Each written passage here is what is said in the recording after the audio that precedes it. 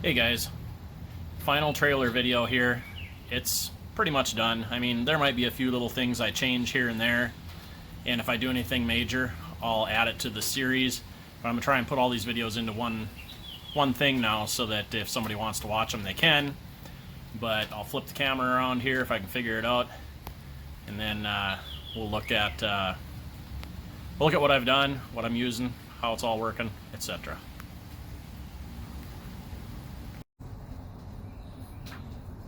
Okay, as you can see, first off, let's start with, I'm using these wheel chocks for the bikes that I don't have pit bull stands or tied on restraints for.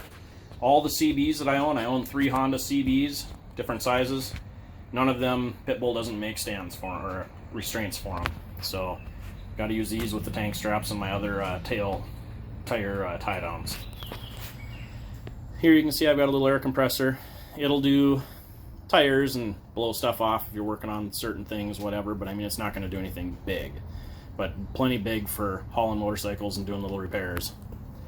Toolbox is full of it's got your metric tools to be able to work on these motorcycles. It's got tie down stuff in there. It's got zip ties, just kind of your normal things to be able to get a bike fixed quickly. Chain stuff. I do have my fork rebuild tools in there, just in case a fork starts leaking on a long trip somewhere. I am going to get seals, extra seals for all the bikes, stuff like that. This cabinet's got medical kit in it, tail bag, backpack, pretty much anything for if you're going on a full day trip that'll be with. Got helmets sitting up there right now. They're not going to be there during transport, but this is a good place for helmets to sit. Like, end of the day, need a place to put them, going riding the next day again, whatever, when you're on a trip. They can go up there instead of having to take up room inside the cabin or whatever. That one's got oil, filters, stuff like that. So if you do put on a bunch of miles, you can change oil on the fly. Go over here, and I've got a spot where my other pit bull restraint is up against the wall. Got a spot there for the one that the CBR is using right now, but it can go there if I'm not hauling the CBR. Got my headstand here. Tie it down to the floor so it stays in place. It'll stay there. That'll be its place for it. Swing arm stand is up here on the workbench. I'll tie it down to it. That's where it'll ride. It's a perfect spot for it. Keep it out of the way while going down the road. Back seat for the CB, and then the workbench. It's nothing big, but it's big enough to be able to work on small stuff. I mean, if you're going to have to do a few little things here or there, it'll work fine for it. So we'll look at the CBR being tied down. Got a pit bull front wheel chock to keep the wheels straight on the front while it's being hauled. Go to the back here. Pit bull trailer restraint in the back. These are really nice people. They don't sponsor me or anything. This is just what I use because they go into the rear axle and they're completely solid. It doesn't let the bike move at all. And it's super easy to put in. You can put it on the bike and have it tied down in probably a minute to a minute and a half. And it's crazy easy. You can see how it clamps into the floor there and everything. And it's super solid. I mean, you're just getting a little bit of flex from the trailer wiggling and whatever else. It's not going to come out. And it's through the floor, so, or through the frame rail under the floor. So the CB here, you can see all I've got on it right now is the rear tie down that I'm using on these bikes. Goes over the tire. It's kind of like a race car tie, but it's I'll show you how solid it is with just that, but I will be putting the tank straps up front too with the wheel chock there, just for double insurance, just in case one end comes loose, the other end will still hold it.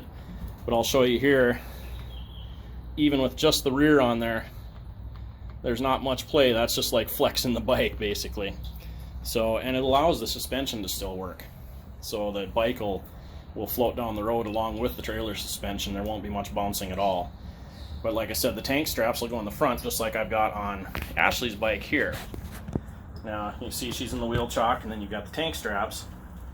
They're actually a continuous strap that loops into itself, so there's no hooks to come unhooked.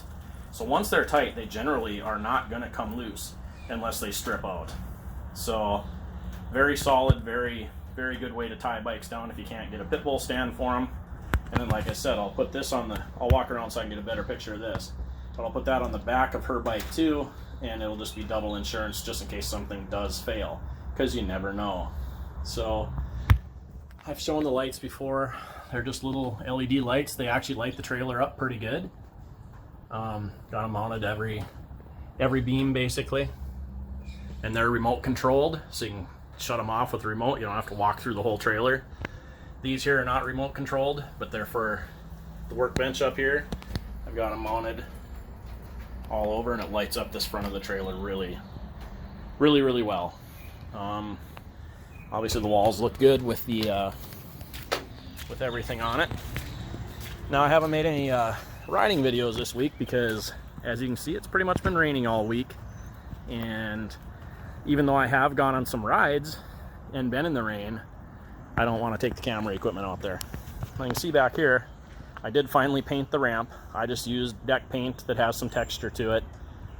Looks good, will protect the wood, and it's not real slippery. Like right now, you can see my foot's on there. I mean, you push hard, it'll slip still, but it's got a little bit of texture there, so it's not super slippery. So we'll go back up here and you see this.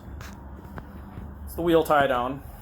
And then those are basically just like the tank straps, but they're smaller, but they continue into themselves, no hooks, so they really can't come loose unless they strip out, like I said.